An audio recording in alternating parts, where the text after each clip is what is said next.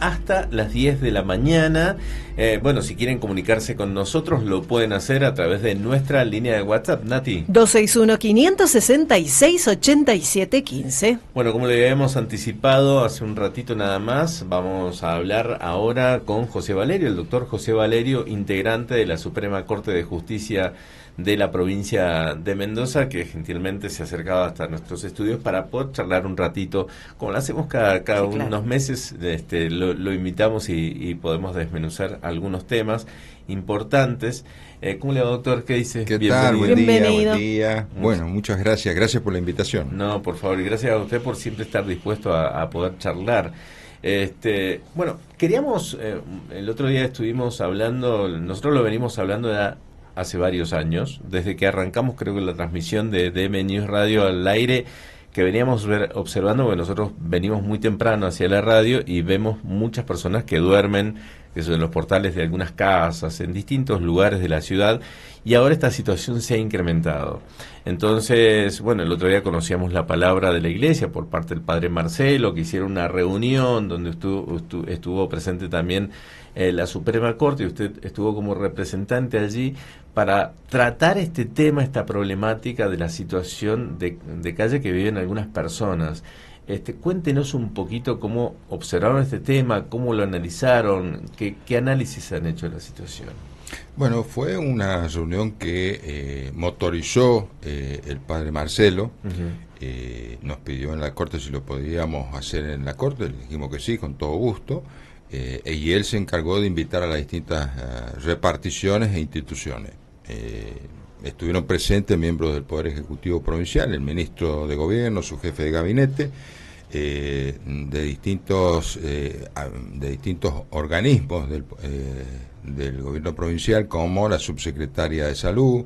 Después había un par de reparticiones más, contingencias también, y municipios de Capital y Guaymallén y Godoy Cruz. Por otra parte estaba la gente de la iglesia, ¿no es cierto?, de la pastoral, y también el representante de empresarios.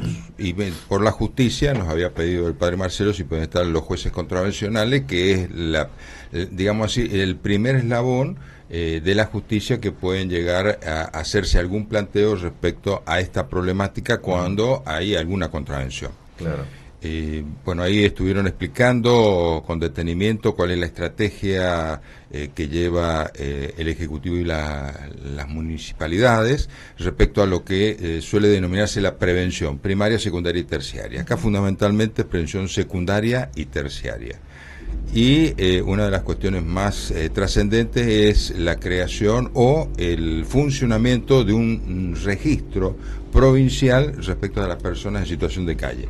Hay distintas categorías o grupos de personas en situación de calle. Hay algunos que ya llevan muchos años viviendo en situación de calle, que podríamos decir que es casi una cuestión cultural.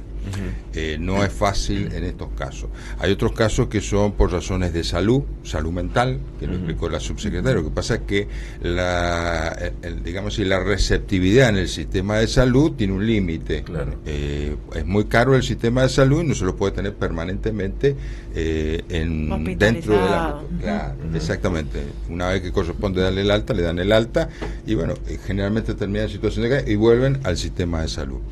Y después existen otras cuestiones, por ejemplo, hay casos de personas que son de otras provincias, que no tienen recursos para poder regresar a sus provincias. Los municipios y el gobierno provincial le pagan el pasaje para que puedan regresar. Hay personas de distintas, digamos así, categorías. Lo que le llamaba la atención era que habían aparecido algunas mujeres embarazadas, algunos niños. Claro. Y esto está más dado por situaciones en que han dejado de poder pagar un alquiler. Y estos son esporádicos generalmente. Lo que pasa es que el gran planteo es que esto que es transitorio no se transforma en permanente. Claro, claro. Es decir, tratar de contener como primera estrategia esto. Y en la justicia, bueno, el planteo también estuvo jefe de policía y acompañado por uno de los asesores.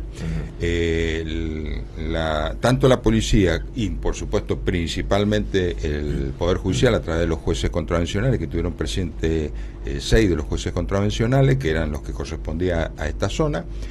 El planteo está dado en que solamente si hay una contravención, es decir, hay un hecho que está tipificado como contravención, y hay prueba. Claro, o sea, la justicia no es policía. Claro. No sale a detener personas solamente porque están en situación de calle. Eso no es contravención. Claro. La contravención que acá podría llegar a ver es los casos de mendicidad, que puede ser por razones de amenaza, es decir, que se realiza con amenaza. Coacción así. Exactamente. El otro día, por ejemplo, yo mencionaba que había salido a caminar por las laterales de acceso este y vi mucha gente viviendo ahí, como acampando, digamos así, entre comillas, pero pasé por otro sector donde hay un edificio al lado de un lote baldío, y está cerrado el lote baldío, pero se han metido a vivir ahí. Eso también sería una contravención, pues usurpación de un terreno privado, ¿no? Y lo que pasa es que tiene sus características. Si no está cerrado... No, está cerrado, está cerrado. Se han metido, está cerrado. Sí, han saltado la cerca y usurpación ya es un delito. O sea, lo que pasa es que tiene que haber una denuncia, tiene que haber elementos. Además, la usurpación requiere clandestinidad o requiere fuerza, violencia. Entonces, no siempre podemos hablar de delito, pero además, en estos casos hay que ser muy cuidadoso. ¿Por qué? Porque criminalizar la mendicidad es muy peligroso en una sociedad. Estamos hablando, en una provincia como Mendoza, que tiene 2 millones de habitantes, estamos hablando de un universo de 1000 personas, pongámosle como mucho. Entonces, estamos hablando de un universo muy chiquito.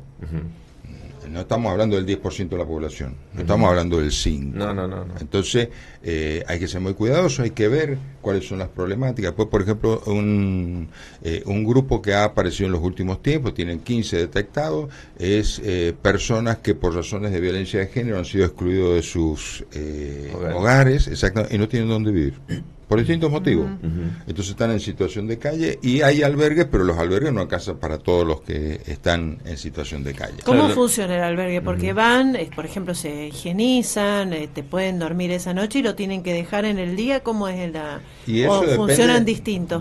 Depende del lugar. albergue, exactamente. Y después está la otra problemática, por ejemplo, en el caso de las contravenciones, que no tienen domicilio.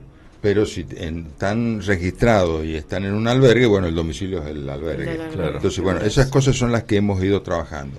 La otra cuestión que se trabajó también es respecto a la necesidad de tener, que trasciende este tema, que es en contravencional, la cantidad de lugares para que las personas cumplan con los arrestos no alcanzan. Tanto es así que, por ejemplo, una persona que comete una contravención en San Martín, se lo traslada a Mendoza para que cumpla el arresto. Entonces, bueno, en realidad no solucionamos un problema, sino que a veces agravamos los problemas. Ahora, doctor, usted decía más o menos unas 1000 personas. ¿No se tiene un censo de la cantidad? Eso es lo que están haciendo ahora. Lo que pasa es que los que son permanentes es más fácil. El problema es el transitorio. Claro. Mucha gente, por ejemplo, frente o por un costado de el Hospital Central, que se habló en un momento que esa plaza o esa plazoleta la van a cerrar para que esto no pase. Imaginamos que también tiene que ver con gente que viene a hacerse algún tipo de tratamiento médico y entonces no tiene lugar, otros que aprovechan la situación también. ¿Se han puesto plazos, doctor, para ver cuándo salimos de esa situación o cómo se puede ir manejando rápidamente? Porque ahora vienen las bajas temperaturas, viene todo un tema que conlleva, ¿no?, el invierno. Sí, bueno, eso fue lo que motivó al padre Marcelo a convocarnos a todos, porque se está previendo que el frío puede agravar un poco la situación. Lo que se trata de hacer es trabajar cada uno en la órbita que tiene y el Ejecutivo Provincial y los municipios que coordinen rápidamente sus acciones y sus capacidades de digamos así, de brindar o una protección o darle, en esto que le decía, prevención primaria más que primaria, acá sería secundaria y terciaria. La primaria en general, para que la audiencia entienda. Por ejemplo, cuando hablamos de los odontólogos, de la salud bucal, hablar de prevención primaria es enseñarle a los niños a cepillarse los dientes todos los días para que no tengan caries. Eso es primaria. Secundaria es cuando aparece una pequeña manchita o una pequeña carie. Entonces se trabaja la caries, pero quiere decir que hay un problema que puede ser un problema de falta de higiene o puede ser un problema ya en sí mismo de la dentadura. Entonces se trabaja sobre. Y terciaria es cuando ya se pierde una pieza dentaria. Entonces, esa es la medida. Por ejemplo, acá, quien ya ha sido condenado, por ejemplo, por un delito y está en situación de calle, estamos hablando de terciaria. Quien vive hace muchos años en situación de calle es terciaria. ¿Por qué? Porque ya está instalado. Claro, sí. Entonces ese es el trabajo. El que es transitorio, esa es secundaria. Entonces hay que abordar esa problemática para evitar que se expanda y que culturalmente termine siendo aceptado, tanto por ellos como por la sociedad, que pasa, mira y no se preocupa. Claro, se normaliza la situación. Se normaliza. Para ellos es una cultura y para los demás, y bueno. Sí, porque pasa incluso en ciudades desarrolladas y todo, que se ve gente viviendo en la calle, ¿no? Que vive desde hace muchísimo tiempo. Exactamente. Me llamó un poco la atención que estuvieron pocos departamentos, ¿no? Involucrados en el tema. Me dijo que estaba, ciudad que es central, digamos, Guaymallén, y el resto de los departamentos no. Lo plantearon así, lo había invitado el padre Marcelo, no sé si invitó a todos o invitó a estos departamentos, son los más problemáticos. Es decir, en esta situación son los más problemáticos. ¿Por qué? Porque el problema es Capital, Guaymallén y Godoy Cruz. Usted sabe que el límite es muy escaso. Y están el núcleo de Capital con relación a Guaymallén y Godoy Cruz es una calle o un zanjón y una avenida. Claro. Entonces se cruzan, entonces toman una medida en Capital y se cruzan a Guaymallén. Entonces el problema no se trata de trasladar el problema al vecino, sino cómo encaramos entre todos este problema. Eso fue lo planteado. Por supuesto, el ministro de Gobierno lo que planteó es que la última instancia es que intervenga la policía, salvo que sea necesario, y por supuesto la justicia, si no tiene elementos, no va a intervenir la justicia. Bien, finalmente tomaron una decisión con el tema, cambio de tema. Otro tema. Porque queremos charlar muchos temas con el doctor. El tema de los celulares en las cárceles, que la otra vez cuando vino usted lo habíamos planteado, ustedes decían que estaban estudiando, pues no era una cuestión sencilla y demás. ¿Finalmente se tomó una decisión respecto de esto? Bueno, la Corte en mayoría ya adoptó una decisión y bueno, el gobierno provincial, por lo que nos hemos enterado por los medios, ha decidido la compra de inhibidores. Lo que pasa es que obviamente los inhibidores que tienen determinadas características que se pueden utilizar en el sistema carcelario son caros, no son baratos, no son inhibidores que bloquean todo, porque el problema de bloquear todo significa que los mismos guardiacárceles no tienen forma de comunicación. Hay que volver a la radio. Desempolvar la radio y comprar radio de hace el teléfono fijo. Entonces la problemática era esa. Bueno, parece ser que ya el gobierno provincial ha decidido eso. La problemática más importante es que en el Ejecutivo tiene que tomar decisiones, por ejemplo, reglamentar por decreto provincial, reglamentar cómo va a funcionar, y después vienen las resoluciones del servicio penitenciario de acuerdo a ese reglamento, ¿no es cierto?, establecido por el Poder Ejecutivo. No es una cosa sencilla, porque hay distintas problemáticas. Por ejemplo, el doctor Sarmiento había hecho una diferencia entre las mujeres que estaban con hijos menores para que se pudieran comunicar. Bueno, entonces aparecen otros que le dicen, bueno, pero ¿y el padre que tiene hijos menores no se puede comunicar? Claro. Hay la igualdad y no... Exactamente, es decir, hablamos de igualdad por un lado y no igualdad para otro. Ese es uno de los problemas que había. Después, habían casos de personas que han cometido ilícitos acá y su familia es de otra provincia, de Río Negro, creo que había uno de Chubut. Lo que planteaban era la familia no puede venir, entonces la única forma de comunicación es a través de una vía telefónica. Bueno, eso hay que verlo, lo que hay que abordar el tema complejo con la complejidad que tiene y tratar de solucionarlo. Es decir, siempre tenemos que pensar que la pena es de privación de libertad. Eso no quiere decir que no haya otras restricciones, hay otras restricciones, sí. Pero esa debe ser reglamentada en función del objetivo final, que la persona que está privada de libertad por una pena no salga del sistema carcelario en peores condiciones que como ingresó. Claro. Si no, hemos fracasado totalmente. Sí.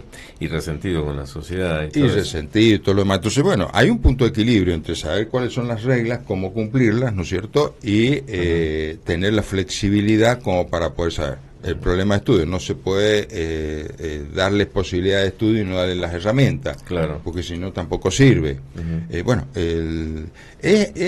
temas complejos. El problema es el fin del celular, que delinquen afuera, que siguen con los contactos, siguen manejando bandas. El problema es, lo planteó una de las partes requirentes, la cantidad de delitos que se cometen con el celular. Claro. Bueno, ¿y qué hizo una de las partes? Pidió la lista. Cuando aparezca la lista, sabemos.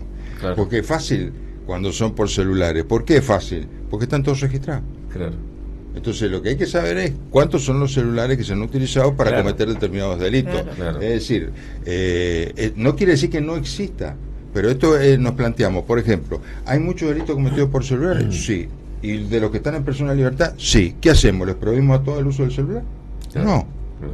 Es decir, hay que ver cómo es el tema. Igual que el problema. El alcohol cuando se bebe en exceso produce determinadas circunstancias donde hay accidentes, hay descontrol de las personas, todo lo demás. ¿Qué hacemos? ¿Prohibimos alcohol como en la época de la ley seca? No, lo que hay que generar es una cultura de cómo se va a trabajar estas temáticas.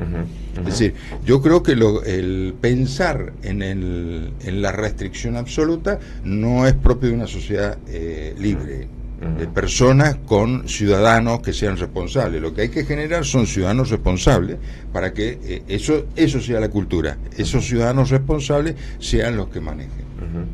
Bien. Se me viene a la cabeza, echa la ley, echa la trampa, porque siempre buscan alguna cosita como para poder utilizar ese beneficio, ¿no?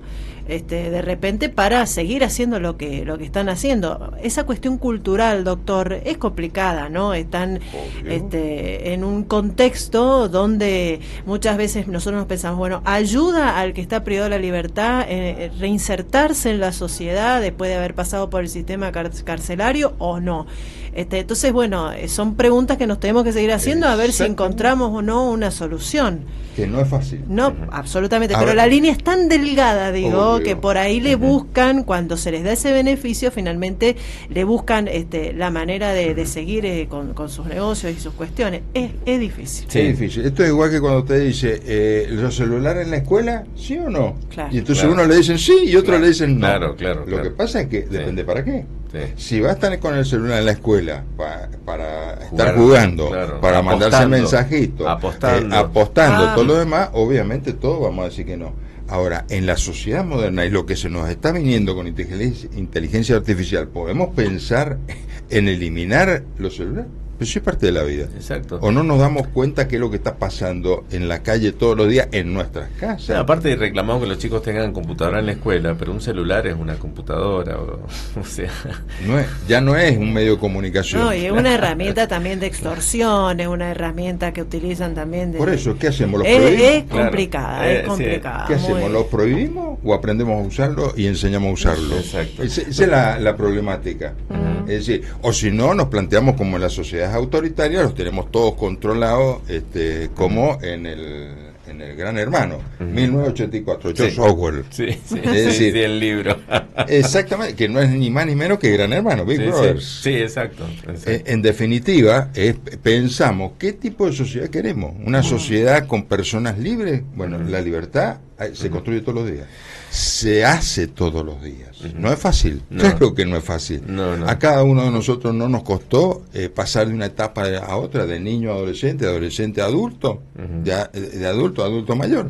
Por supuesto que cada etapa tiene sus ventajas y sus desventajas. Sí, bueno, el tema estamos hablando de personas que delinquieron. Claro. Entonces... Exactamente. Bueno, lo cambio de tema nuevamente. Hay muchas cosas que queremos hablar con usted. Pongo el nombre de Cristina Fernández de Kirchner. Pero quiero preguntarle algo técnico, judicialmente hablando, porque la expresidenta ha presentado el último recurso de queja ante la Corte. ¿Qué es un recurso de queja y bueno, qué se espera ante la situación judicial de la expresidenta? Bueno, hay en el sistema penal, bueno, en general en el sistema jurídico, en la justicia, hay un sistema de recurrir sentencias, ¿no es cierto? Algunas se llaman ordinarias, otros son extraordinarias. Más allá de cómo se llaman, cómo funcionan. Ordinaria quiere decir que tomada una decisión por un tribunal, se puede revisar por otro tribunal, ¿no es cierto? Para ver si estuvo bien. Digamos, para ver si estuvo bien. Lo que hizo el otro tribunal. Sí, exactamente, si estuvo bien, si no es arbitrario, si corresponde a la prueba, ¿no es cierto? Si los razonamientos son correctos. Ese tribunal, ese recurso se interpone siempre ante el mismo tribunal que dictó. Se anticipa la decisión. En vez de decir el tribunal que va a revisar, el tribunal que dictó la sentencia dice corresponde o no corresponde de acuerdo a si reúne los requisitos formales que exige ese recurso. Ahora, ¿qué ocurre? Cuando es, por ejemplo, en los casos extraordinarios, cuanto más nivel alto tiene, más estricto es el recurso. En el recurso extraordinario ante la Corte tiene determinados requisitos. No se puede recurrir por cualquier cuestión, porque podría estar revisada la sentencia. Claro. Es lo que se llama el doble conforme en los casos que hay una condena y hay otro tribunal que confirma esa sentencia en definitiva o rechaza el recurso, que es una forma de confirmar la sentencia. En este caso esa etapa ya pasó. Ya pasó. Entonces, el tribunal que resolvió le interpone un recurso ante la Corte y ese recurso ante la Corte no lo acepta. Cuando no lo acepta este tribunal, se va al Tribunal Superior que debería recibir y que debería revisar y plantea el recurso de queja por mal denegado el recurso abajo. Es decir, es una cuestión técnica. Sí. Entonces, lo que tiene que hacer el tribunal cuando hay un recurso de queja es revisar si estuvo bien o mal denegado el recurso para que llegue a la Corte. ¿Y esto para qué? ¿Cuál sería, digamos, la maniobra? ¿Es estirar, digamos, los tiempos? ¿Cuál es la maniobra, no, del equipo de abogados que tiene para...? Eso es una valoración. Sí, claro. Yo no sé si es una maniobra o no. Ahora, toda persona condenada tiende a recurrir. Sí. Claro. Es decir, esto es... Nadie quiere ir en cana. Hasta el último recurso. Pero eso le diría hasta de la naturaleza humana. Me parece que tenemos que volver a José Ingeniero. Todo el mundo se presume inocente. Está el sistema, pero además... ya tiene condena... No tiene nada que ver. Porque si no, está la condena y no le permitimos que recursa más. Es decir, sería volver bueno, pero ya a la época de la Inquisición. No es así. Existe un sistema de recursos y las personas tienen el derecho al recurso. En este decir, caso, acá, más allá de que se pueda utilizar una herramienta, la herramienta es una herramienta técnica, porque a lo mejor está mal denegado el recurso abajo. Y si está mal denegado, la Corte le va a decir, está mal denegado, venga, y entonces revisa, abre el recurso extraordinario federal. ¿Y ese es el que puede demorar cuánto tiempo eso? El que sea necesario. La Corte no tiene tiempos. No, pero además no hablamos de una causa que tiene 6 fojas. Claro. Hablamos de metros cúbicos. Si lo hablamos en expediente papel, son varios metros cúbicos de información. No es tan fácil resolver eso. Además, eso se requiere un equipo de gente para poder revisar lo que está. No es sencillo. Entonces, las problemáticas hay que verlas de acuerdo a cómo están presentadas. Acá es un recurso técnico. El uso de las herramientas técnicas por las partes, bueno, eso es otra cosa. Y en una causa judicial este es ya el último paso, ya no hay otra alternativa o sí queda una alternativa internacional o lo que fuera. No, la Corte Interamericana no es un tribunal de cuarta instancia. Es simplemente un tribunal o una corte que analiza digamos, el funcionamiento dentro del Estado provincial de la causa, el Estado nacional de la causa, nada más. Bien. Bueno, veremos entonces qué decide. Hay que esperar que la Corte resuelva. Claro. Por lo que leí esta mañana en el diario, habría recusado a García Mancilla, presumo que es por la oposición que ha manifestado. Es normal que las personas que además está previsto en algunos casos, por ejemplo, que la persona que se ha opuesto a la designación de un juez pueda llegar a recusar, o porque hay sospecha, cuando no está previsto, porque hay sospecha, ¿no es cierto?, de que pueda haber parcialidad. Uh-huh. ¿Y en este caso qué harían? ¿Decidirían los otros jueces? Los otros jueces. Uh-huh. Bien. Si aceptan la recusación. Primero hay que aceptar o rechazar la recusación. Exactamente. Es un camino. Uh-huh. Ese camino está para darle garantías a todo. Uh-huh. Bien. Ya, más allá de la opinión personal que cada uno pueda tener sobre el caso particular. Uh-huh. Entonces, existe un procedimiento. Ese procedimiento se trata de que sea igual para todos. Bien, bien. Hoy justo estamos ya sobre el horario de la pausa. Pero quiero unas liniecitas apenas del tema de la reforma judicial que ha planteado el gobierno, que ha planteado tantas reformas que va todo muy lento. Este año el Congreso con un año electoral es complicado decidir políticamente a veces, pero no sé, quería una semblanza suya sobre toda esta reforma que plantea el gobierno. En ciertos aspectos resaltan unos más que otros, pero bueno, ¿qué es lo que más le llama la atención? Del gobierno nacional, sí, exacto. Bueno, en lo que me atañe como juez de la Corte, me parece que lo más trascendente es el juicio por jurado que está planteando, que lo planteó desde el inicio con el primer decreto. Uh-huh. Y ya hay un proyecto de ley. Y hay bastante consenso porque el quiebre de un sistema viejo, caduco, como el que teníamos nosotros, es precisamente el juicio por jurado. Uh-huh. Eso es digamos así, es un exocet al nivel de navegación de lo que es el viejo modelo. Entonces, es muy importante porque eso significa construir una nueva justicia en función de una realidad que hoy tenemos.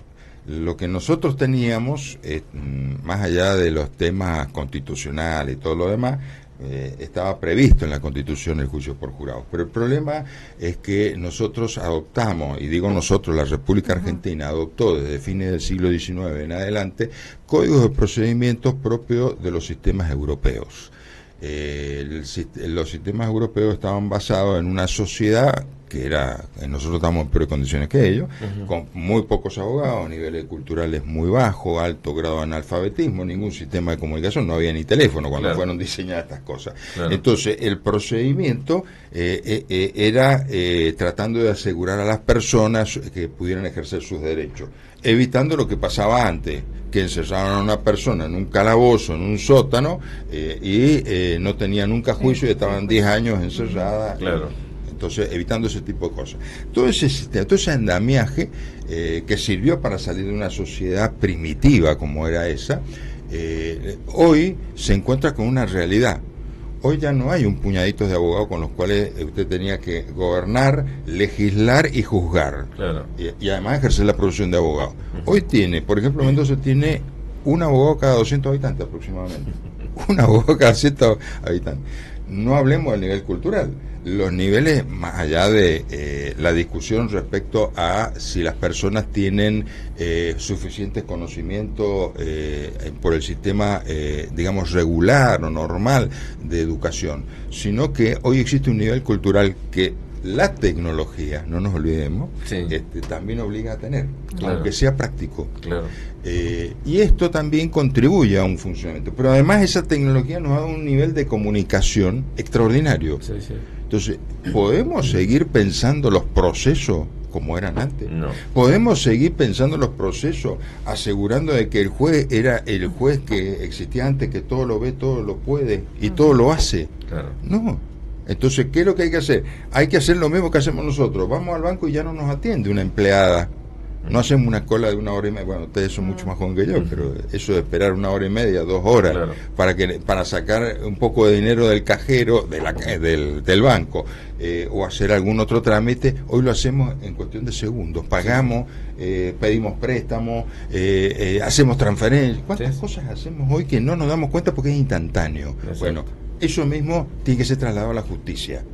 Por eso, hoy la adversariedad ya no es un problema de elección, con respecto a lo que era el modelo viejo. Hoy es un problema que se nos ha venido, el futuro lo tenemos hoy. No podemos seguir litigando, no se puede seguir trabajando en la justicia de la misma manera que se hacía a fines del siglo XIX, principio del XX. Hay que cambiar la mentalidad, el missing. Hay que producir una revolución en nuestra mente y darnos cuenta que el futuro nos está pisando los talones. Bien. Gracias, doctor. Muchas gracias. Muchas gracias. Le hemos sacado el jugo en esta media horita casi.